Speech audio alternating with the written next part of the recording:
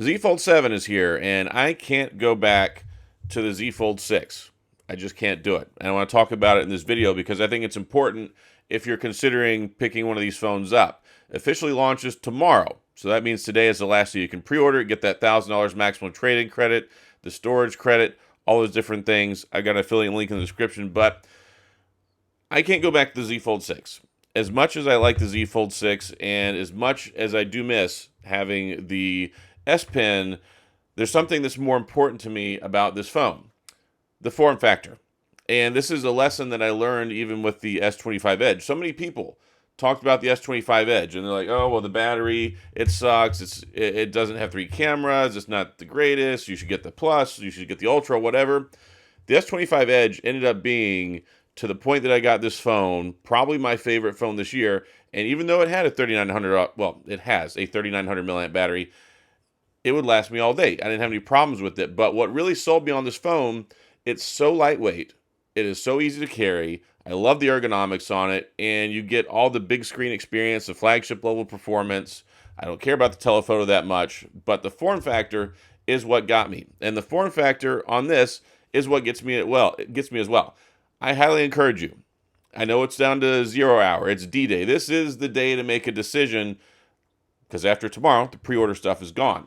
So if you are still thinking you might want this phone, go to Best Buy. Don't walk. Don't ride your bicycle. Drive and get to the Best Buy and go take a look at one. You have to get your hands on this phone. And that was the thing with the S25 Edge as well. You have to get your hands on this phone to appreciate it. Whenever we look at stuff online, when we make decisions abstractly in a vacuum without even experiencing the phone, they probably have it on shelves over at like AT&T and T-Mobile and Verizon and stuff like that too. But you have to get your hands on this phone. And I probably should have stressed that more over the last 2 weeks. And I've made a lot of videos about this phone. Why? Because it's the biggest phone of the year. Not just because it's got an 8-inch screen, not just because it's $2,000. It's the most exciting phone of the year, at least in my opinion it is. And the phone comes out tomorrow. So I like to make sure I cover every aspect, every avenue that I can to give you guys and gals the information you need to make an informed buying decision. I don't just like sitting here talking about the same thing all the time, and I don't think that I do. I mean, I cover different avenues and I cover different angles and things like that, but this I felt was important. I was sitting there and I was watching Temptation Island because I'm a sucker for romance show junk. Like, even though my wife doesn't watch them, she hates them. It's crazy to me because I like watching Love is Blind. I'm watching Temptation Island now. I watch all these shows, and my wife's like, "Oh my gosh, please quit watching the romance shows." I don't know what it is. It's like our roles are reversed in that way. She doesn't like them, but with the phone, the important thing is I was sitting there thinking about it. And then I picked up my Z Fold 6 because I was going to make a TikTok video. I know, TikTok, right? I hate freaking TikTok with passion. Like, I don't like it. I really don't. I like long form videos. I like to talk with you guys and give you my opinion, not, ooh, flashy, flashy, looky, looky. So, the Z Fold 6, I loved it. And I still love this phone. I appreciate it for what it is. But what's been a giant turnoff for me is having used the Z Fold 7 for the last 2 weeks. And then I picked this sucker up. And like, good gosh, this thing is bulky. It is cumbersome. It is not pleasant to hold in the hand. And also, it's got a smaller screen. It's got a more narrow screen. One of the things I appreciated about the Z Fold phones for so long is they do have a narrower front screen, which means that it's easier for me to use one-handed. But really and truly, the Z Fold 7 is even easier or more easy to use one-handed because it's so thin, it's easier to hold. My thumb wraps around farther. You can actually get more usable space out of the screen using it one-handed. So the beauty of this phone is you have the front screen and then you have the inside screen. Now, the one thing I really like about this phone, though, is the aspect ratio and the way it's designed. I can still comfortably hold it with one hand. I'm 6 foot tall. I'm a big dude, but I've got small hands. I got big meaty mitts. I don't have long fingers, though. I can't even palm a basketball. It's crazy because my son is like 5'6" and he can palm a basketball, hold it with one hand. I cannot. So I don't know, it's a birth defect or something. But when it comes to the phone, one thing I always appreciate is how it feels in the hand when you're holding it. And that's what sold me with the S25 Edge. It is so lightweight. And having used this one for a month, and then if I pick up an iPhone 16 Pro Max, I pick up an S25 Ultra. This phone really turned me off to the S25 Ultra because it's so heavy. Now, with the Z Fold 7, it's not the lightest phone in the world, but for its size, it is incredibly light. But the ergonomics and the design, how thin it is, how lightweight it is, the aspect ratio, making the front screen wider, it redefines the experience with this phone. So when I went back and I picked up the Z Fold 6, this thing feels like an archaic brick. Like, it feels like something, it feels like this phone is 10 years old. And we've moved so far away from it that you couldn't even comprehend holding on to this phone anymore. And a lot of people like this phone. It's a great phone. And of course, you do have the S Pen with it. So I don't really encourage people to go ahead and buy one year over year. When you take a look at this phone, it was $1,899, and you probably got good trading credit. You probably got some decent deals and things like that. But I don't encourage people to do year-over-year upgrades because it doesn't make a lot of sense. Usually there's not a whole lot of big changes. But in addition to there not being a lot of big changes, this phone's crazy expensive. So if you want to trade your Z Fold 6 and to get the Z Fold 7, which you can, right? I'm not telling you what to do with your money.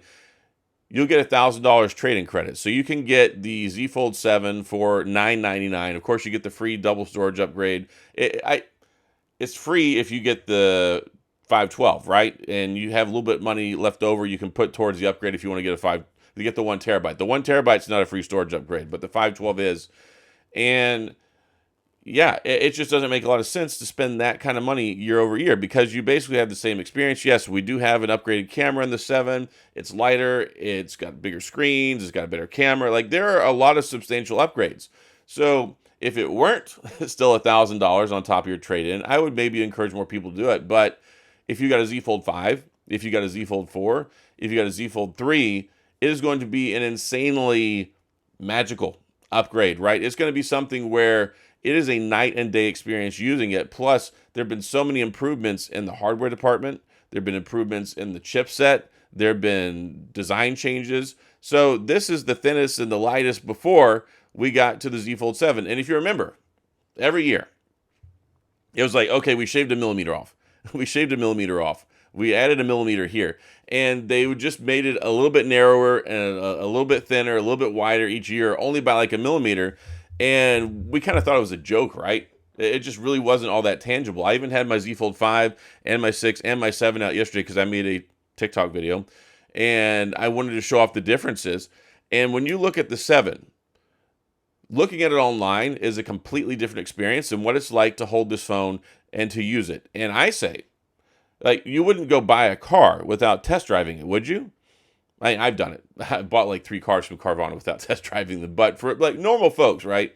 Normally, you're not going to make that kind of a significant investment without test driving it, without going and looking at it in person, taking a look at it, comparing it to what you currently have, and then saying, okay, is this the right phone for me? That's what a normal, prudent person would do, somebody who's not me. And I recommend that you go do that because that experience may be the defining difference in whether you see value in this phone or not. Because when you look at it online, it's like, okay, cool.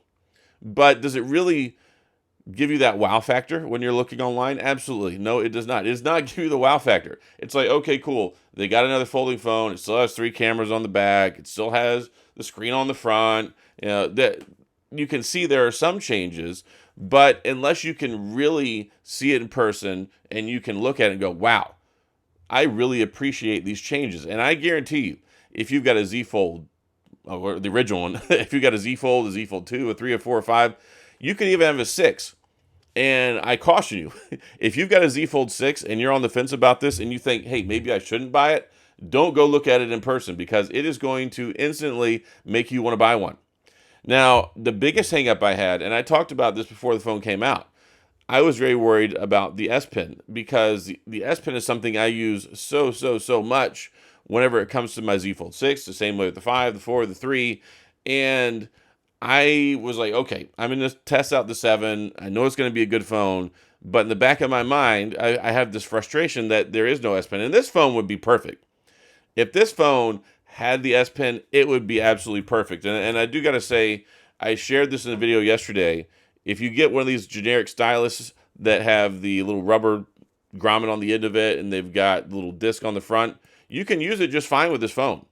And that's something that has made this phone experience better for me. I just bought this cheap stylus. It works. It's fine. You can draw. You can swipe type. You can navigate all over the phone. I mean, it works just like as if you had the S Pen. So I said this yesterday. If you want to get and have that kind of S Pen experience, buy one of these. And you can buy any different one. Just go on Amazon. You could type in cheap stylus, and it would come up with so many different options. I got a 5-pack of this one for like $10. Maybe it was like $8 or $9, $10, something like that. And I went with this one because it's very pencil-like, and it makes me feel like I'm actually using a writing utensil, but I like the length on it as well. I don't want one of those short little nubby styluses so I can go ahead and hold my hand so far to the screen. I don't know what it is, but when I have this open, I like having my hand further removed from it so it's not covering up the screen. And also, it just feels more natural having that extension on there. So I would recommend maybe a longer one, but you can get any one of these little styluses that has the little rubber thing on the end and it has the disc on the front. And people were asking me, will it scratch up the interior screen? Well, the interior screen has a built-in screen protector. So no, you're not going to scratch up the screen. It's going to work perfectly fine. But that's one of the beautiful things discovering this is that the biggest hangup I had was the S Pen. And just remember that the S Pen with the Z Folds has been a dumb S Pen. There's no battery in here. It doesn't have any smart features. You can't use it as a remote shutter. It was basically just a writing instrument and a way to navigate on the phone. So, crisis averted. So, once I got over that, I'm like, okay, cool. I'm totally sold on the Z Fold 7 because that was my biggest headache. The other concern I had was battery life, but I wasn't too worried about it because we have the Snapdragon 8 Elite processor. It is 38% more power efficient. And then always somebody's in the comments, oh, it's only got 20 minutes of extra battery life. Well, it is the same size battery. It is more power efficient, but it's pushing a bigger screen. So when you have a bigger screen on the inside and you have a bigger screen on the front side, that means that it's going to use more power. So we got a bigger screen on the front and the inside, same size battery, still a little bit better battery. But the thing is the Z Fold 6 already got me all-day battery. Like, I wasn't worried about it because I knew I was already getting about 6.5 hours of screen on time with my Z Fold 6. So I'm like, okay, 38% more power efficient whenever it comes to the processor. I know I'm going to get a little bit better battery life, if not the same, because of the design changes. I used this the other day, and I did a full battery test, and I pushed it. Like, I was using it all day. I used mixed use, some inside, some front screen. I still got 6.5 hours of screen on time with 20% battery left, which means that I would easily get 7 hours of screen on time. So all that stuff, the major concerns, the S Pen, not a problem for me with the regular generic stylus. The battery life was solid.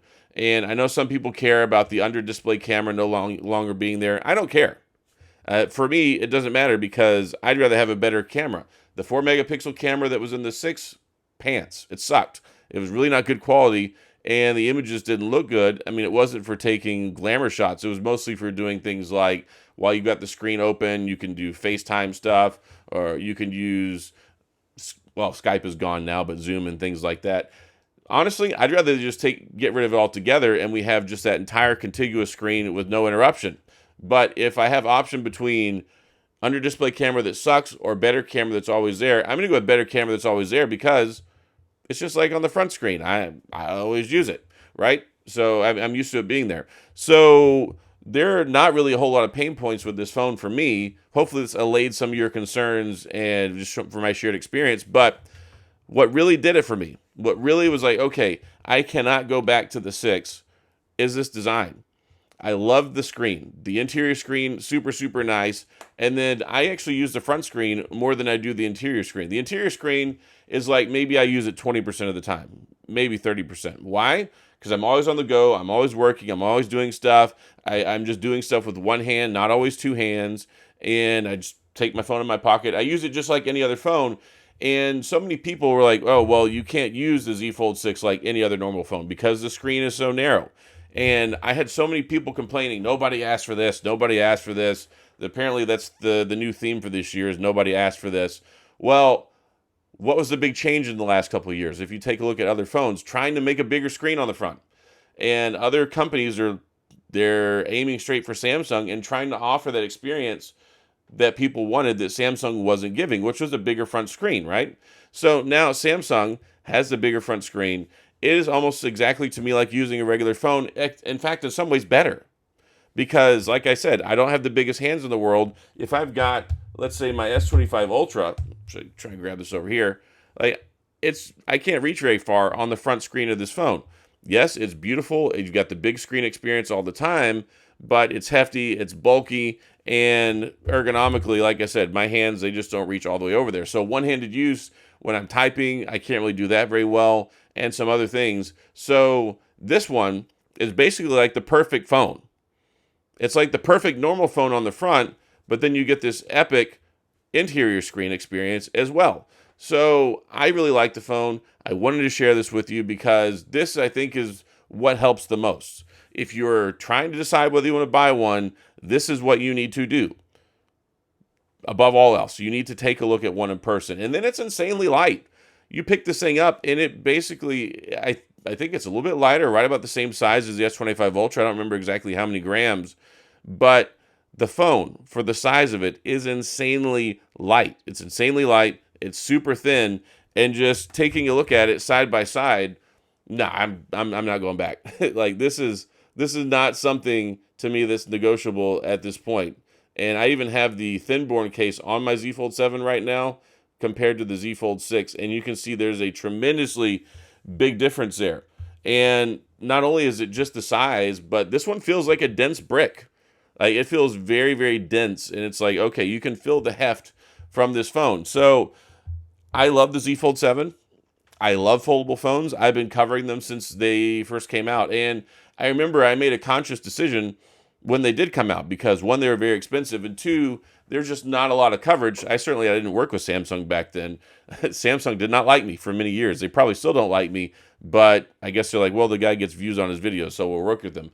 But back then, we were not working together, and the phones were very expensive. So I'm like, okay, well, maybe I'll buy these. I'll make them a part of my channel because I love tech. I love all the new stuff. Folding, like slab phones are so boring. So this will be a way that I can really make some great content for people looking this audience. Because if you take a look at most channels, and this is not a snub to anybody by any stretch of the imagination, I make videos every day.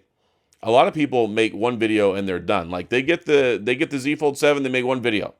They just make a review video. Or some people still make unboxing videos, which I don't even do that 90% of the time because there's nothing in the box. It reminds me of the movie Seven, and Brad Pitt is like, what's in the box? What's in the box? There's a reason why I'm not an actor. But it's just one of those things where I just felt like there wasn't enough coverage and there wasn't enough people who really diving in and making a lot of different content about these phones in a targeted way. I make videos every day, so it's like, okay, well, today I want to talk about the battery life. I want to talk about my experience there. Or I want to talk about the value. Should you buy one? Comparison between the Z Fold 6, So when I make videos about these phones, yeah, I like to cover it from all angles. And if I have an idea, I'm like, okay, this was important to me. And if this is important to me, it's probably important to other people out there who are looking to make a buying decision. I don't make videos called go buy this phone. I make videos, should you buy this phone? And I try to present the pros and the cons in an objective manner so that way you can figure out if it's something to spend your hard-earned money on. Money doesn't grow on trees, and everything is more and more expensive. This phone got a $100 price increase, $19.99. It's great you can get a maximum $1,000 trade-in credit, but still, even after that, it's $999. It's a spicy meatball. That is not cheap. So you don't find these on the value menu at Taco Bell. Which, speaking of Taco Bell, they pissed me off today anyway. So I went to Taco Bell. I was driving my kids somewhere, and I stopped and I got a Mexican pizza, and it didn't have half the ingredients on it. I don't know how they managed that, but yeah, there was no sauce on top of it, hardly any cheese. Like the inside had maybe half a portion of the meat that should have been there. There were no beans. I actually had them remake it, which is, I think, the first time I've ever done that at Taco Bell. But anyway, I don't even know why I'm talking about Taco Bell anymore. Oh yeah, it wasn't on the value menu. This wouldn't be on the value menu either. This is a premium phone. A very premium phone, very expensive. It's not a fad. I had somebody in the comments today going, oh, well, I can't wait till this fad dies out. Okay, we're on the 7th iteration now. Like, these phones are pretty well part of the phone society and phone lineup now. But I absolutely love it. I've really been enjoying using it, and it's really going to be hard for me to make a decision after this, because usually what happens is I'll use the Ultra series phone when it comes out in the spring or the winter. Like, I've been using the S25 Ultra, and then the Edge came out, and that turned my life upside down whenever it came to my usual Samsung phone carrying plans, because I love the Edge so much. I really like this phone. And I've been missing it since I got this phone. But what's great about the Z Fold 7 is it's like the best of both worlds, because I feel like I'm using the Edge, except it's twice the size. And then the beauty of it is, too, is the front screen experience is so good now that I've really, really been enjoying using the front screen even more than ever. So I can't go back. That's why I can't go back.